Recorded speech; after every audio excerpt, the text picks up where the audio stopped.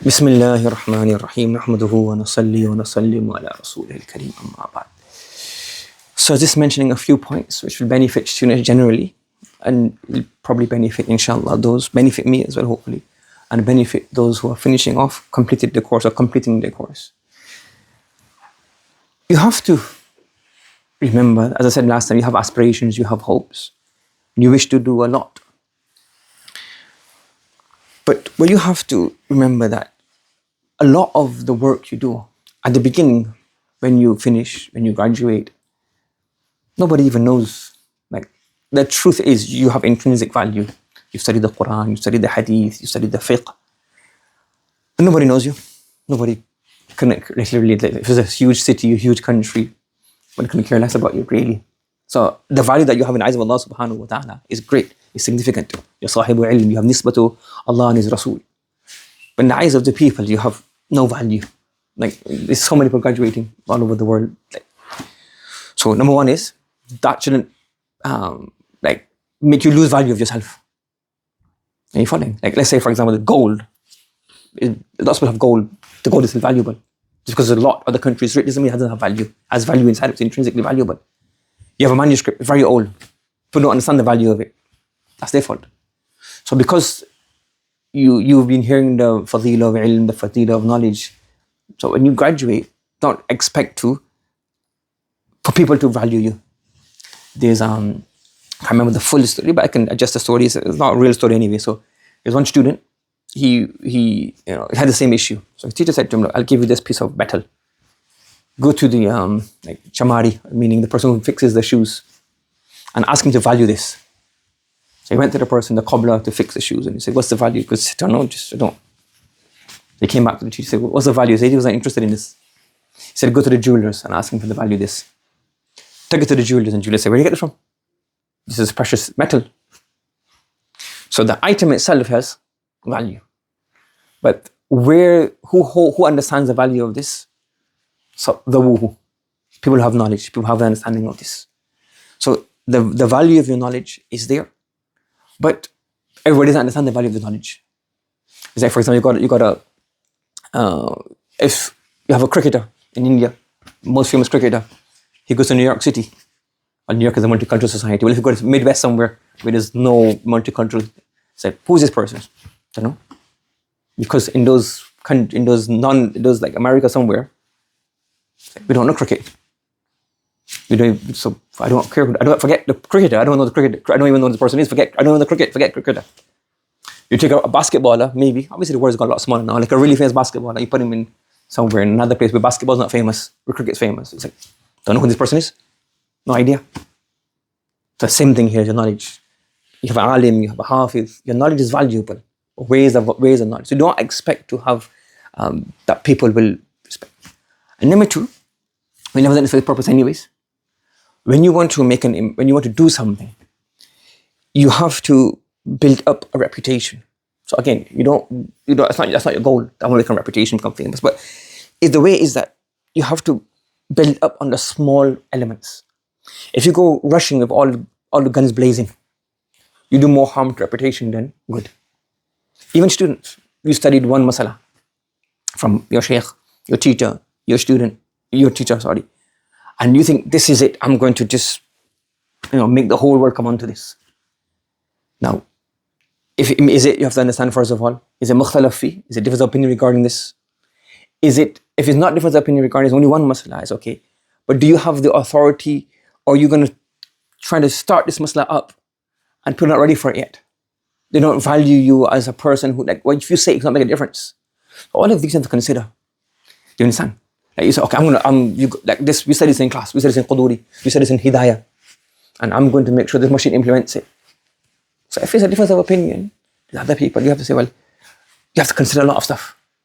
And even if it's right, this is the right and wrong, you have to say, what's the right time to do this? You try to go out all guns blazing at it, and then what happens? Your reputation is tarnished. You lose a job as imama, you lose a job as a teacher, you lose a job, then you can't. You would say, well, no, I want to get this changed, but maybe it'll take a couple of years. It's not priority at the moment. It's priority, but I don't have the authority right now. What's the best way to do this? So sometimes when you're young, you have a lot of hot blood, and sometimes it's good. You want to do something, but it takes time. You're not going to change the world in one. There are hundreds and thousands of graduates, and they all want to do good. And you have to do good. I'm not saying you don't do nahi al-munkar. Munkar is munkar. And even if it's khilaf awla, you want to get the whole ummah on the best form possible. But you have to remember, it takes time. You're not going to be able to, you don't have influence. You have to build that influence. You have to build friendships. You have to create a bit of relationship with the people. That when you say something, that you think, yeah, you know what, it's probably worth listening to. You understand? So that's why you have to, when you want to do something, wherever you go, you become an imam somewhere, you start teaching somewhere, you got an idea, you're qari sahab, you're the hafiz sahab. Now you say, okay, this is a good way of doing hifz. And you now start telling the head teacher, this is how we should do it, this is how we should do it, this is how we should do it. It's like, you're not right at that stage yet. What you do, you just start learning. You build up a reputation that you're a very good alif ba teacher.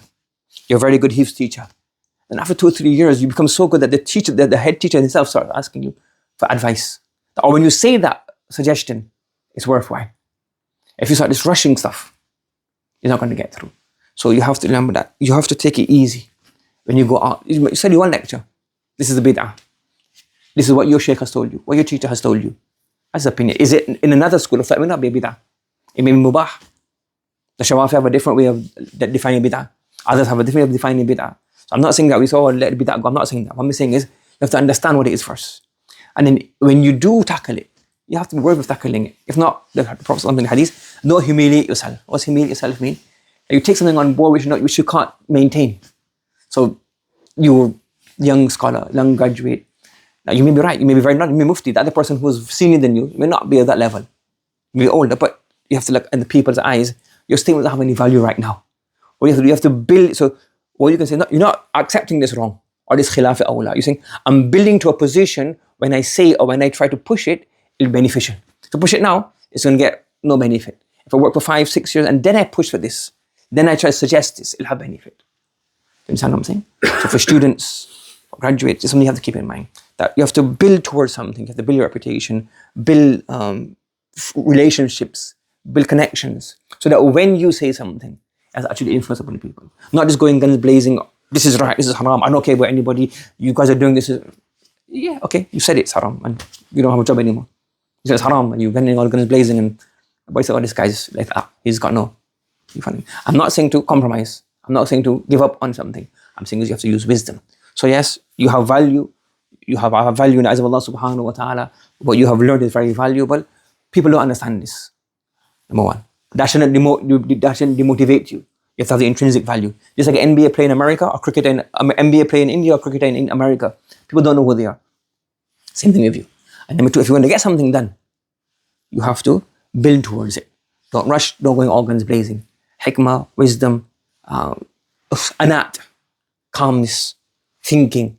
Before you do anything, think twice, think 20 times. Because you can think 20 times and then decide to say something.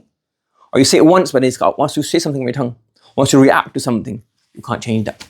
So that's why even the ulama used to say, some of the ulama, that just become, you're changing your life. Becoming muttaqi, even your family. Don't make your taqwa burn upon everybody else. You start from tahajjud.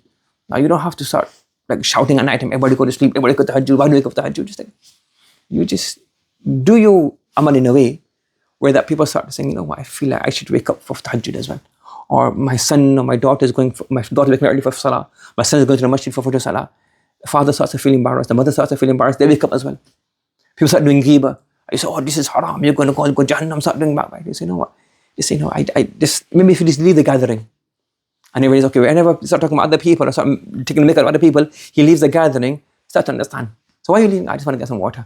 When you come back, you stop. They'd pick it up. Are you following? Things like this. You have to use wisdom. Remember, you can, as long as the words are in your mouth, as long as the action is not being carried out yet, you can think about it, ponder upon it, think about it. When you say it, you blurt it out, you damage your reputation. Especially if you say it in a wrong way, wrong time, wrong place, damage your reputation. What happens then? Other things you say is not going to benefit. You following? So you might say, so again, not just as compromising that you're compromising deen. Think of this, I'm playing a long game. No, sometimes you have a long game, you play a cricket game, you lost wickets. What do? Reconsolidate. Not time to attack right now. We're off a new ball. So now I think, you know what, I'm just graduated. If I say something, I'm now join year 1, and now join year 2. If I start saying something, it's not really going to have an effect on them. Let me just do my action quietly, and slowly it's going to have an effect on the family. If I start reading the Quran every morning, I don't tell anybody about this. Another tell anybody, why don't you read Quran? You just read Quran every morning. What will happen? People notice, your family will notice, then they may start reading. You go to the masjid early, they start saying, you know what, he goes every day early, particular time. You start to feel that kind of stuff. So hikmah and wisdom, and I'm not trying to say compromise. Don't misquote me saying, oh, he's saying that, oh, just let everything go, let everything slide. I'm saying something that's a long game. What's the benefit in the long term? You might try to get a quick hit, and it's no benefit. Play the long game. Think. Wisdom. Allah subhanahu wa ta'ala give us tawfiq.